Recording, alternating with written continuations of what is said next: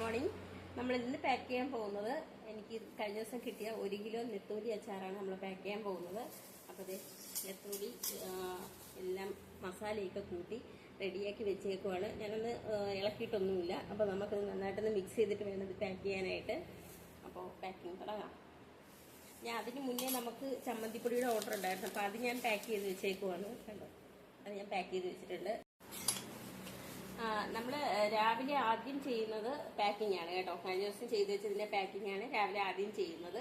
അപ്പോൾ അത് കഴിഞ്ഞാണ് അടുത്ത ഇന്നത്തെ ഓർഡർ അനുസരിച്ചുള്ള അച്ചാറുകളായാലും ചമ്മന്തിപ്പൊടി ആയാലും ഒരു ദിവസം കൂടി അവന് വിളയിച്ചത് ഒക്കെ നമ്മൾ ചെയ്യുന്നത് അതിന് ശേഷമാണ് ചെയ്തു തുടങ്ങുന്നത്. ആദ്യം നമ്മൾ പാക്കിംഗ് എല്ലാം ചെയ്ത് അയക്കാനുള്ളതെല്ലാം എടുത്ത് വയ്ക്കും. ഇതിപ്പോൾ എനിക്ക് 1 കിലോ ഇത് നെത്തോലി അച്ചാറിൻ്റെ ഓർഡറായിരുന്നു ഉണ്ടായിരുന്നത്. അതിന് ഞാൻ 1.5 കിലോ നെത്തോലിയായിരുന്നു വാങ്ങിച്ചിട്ടുണ്ടായിരുന്നു കേട്ടോ. നമ്മുടെ നാട്ടിൽ നെത്തോലി എന്നാണ് പറയുന്നത്, ചില സ്ഥലങ്ങളിൽ കൊഴുവാന്ന് പറയുന്നത് ഞാൻ കേട്ടിട്ടുണ്ട്. അപ്പോൾ നിങ്ങളുടെ നാട്ടിൽ എന്താണ് പറയുന്നതെന്ന് വെച്ചാൽ കമൻ്റായിട്ട് ചെയ്യുക.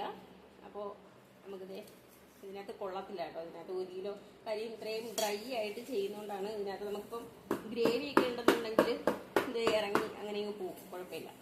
അപ്പോൾ ആവശ്യക്കാരുണ്ടെന്നുണ്ടെങ്കിൽ ഓർഡർ ചെയ്യാം. വാട്സപ്പ് നമ്പറിൻ്റെ ലിങ്ക് നൽകിയിട്ടുണ്ട്. Thank you.